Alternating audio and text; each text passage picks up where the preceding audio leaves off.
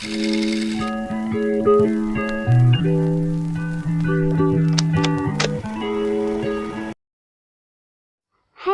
chào tất cả mọi người nha. Chào mọi người đã quay trở lại với kênh Trâm Anh Official. Và hôm nay mình sẽ bóc một cái hàng này nha mọi người.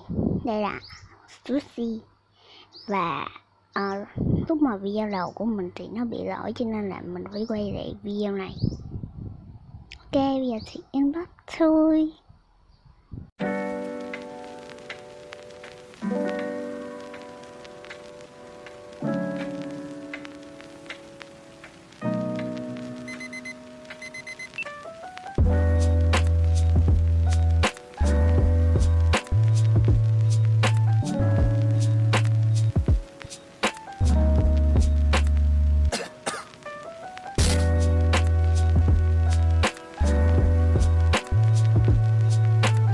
Mở ra được rồi. Ok, ở đây thì mình đặt hai bé sushi nha mọi người. Một bé là donut màu hương, bóp rất là slow luôn.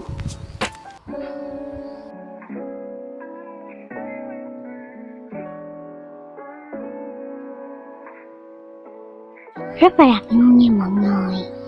Và bé này thì bị lỗi khá là nhiều.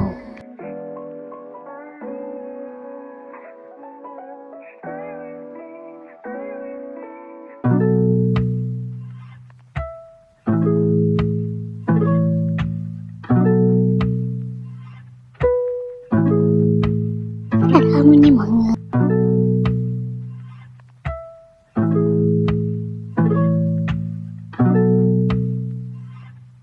Đây là bé ngựa ôm răng. Cái này thì có một vài những màu nhưng mà người ta không cho chọn màu, người ta random cho mình ấy, cho nên là người ta chọn màu vàng cho mình.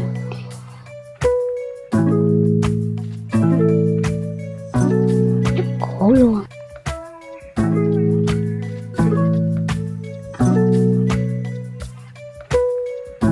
Bóp rất là đã luôn nha mọi người ơi.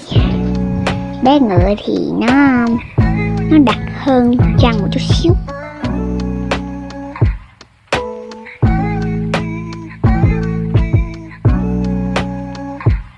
Quà tặng nha.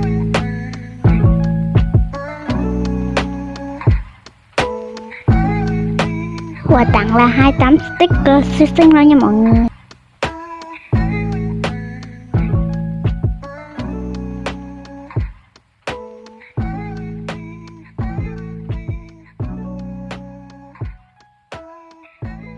Shop có kèm thêm bao bì cho mình luôn nha mọi người ơi. Bao bì siêu xinh luôn.